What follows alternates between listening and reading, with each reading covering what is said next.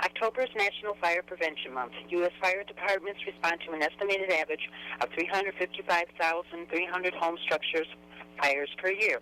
Cooking equipment is the leading cause of home fire injuries, followed by heating equipment. Do you know how to do a fire safety check at home? Joining us now to discuss home fire safety is home improvement expert Dave White. Dave, let's talk about smoke alarms. What should people think about if their alarms are still working?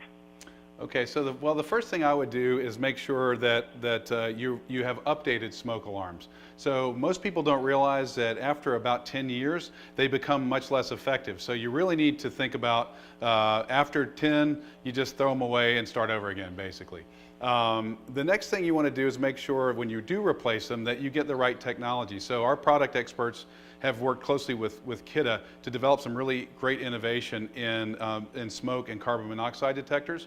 So when you replace them, I'd recommend something like this. It's an interconnected wireless smoke and carbon monoxide detector. Now what does that mean? Of course, it's going to protect you against smoke and carbon monoxide, which is important. They're interconnected wireless, so when one goes off, they all go off. So no matter where the alert is and no matter where you are, you're going to be able to hear it with a really an audible voice prompt instead of a beep, which is really important as well. And this actually has a 10-year lithium battery built into it, so you'll never have to worry about changing the batteries in it.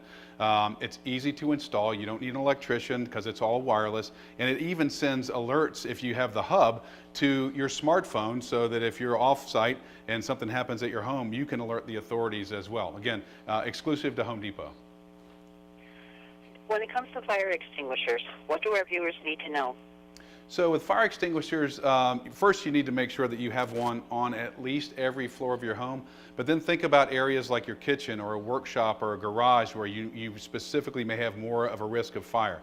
And then when you're picking them out, you just want to make sure that you get the right type. So they're rated by different types of fires, either standard combustibles like wood and fabric and paper, or combustible liquids, or even electrical fires.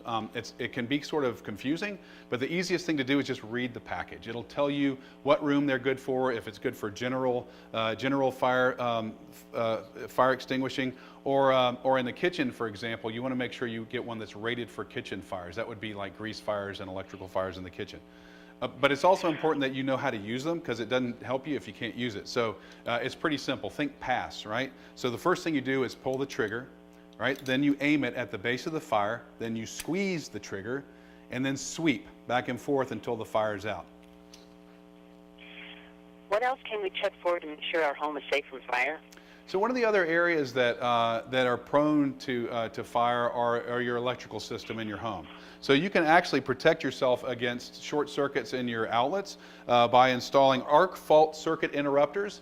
It installs just like a regular outlet, and what happens is if it detects an arc fault or a spark, so to speak, in the system, then it'll shut off all the outlets in that series. Very simple way to help prevent those. And of course, you want to make sure that you change out batteries this time of year in all of your smoke detectors as well. Use a good battery like this Duracell Quantum. You can actually store these for 10 years, so you can buy in bulk, and they won't lose their charge. So, some tips for you on fire prevention.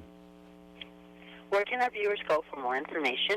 Well, of course, you can come into one of our stores and talk to an associate, or go online to homedepot.com/fire safety.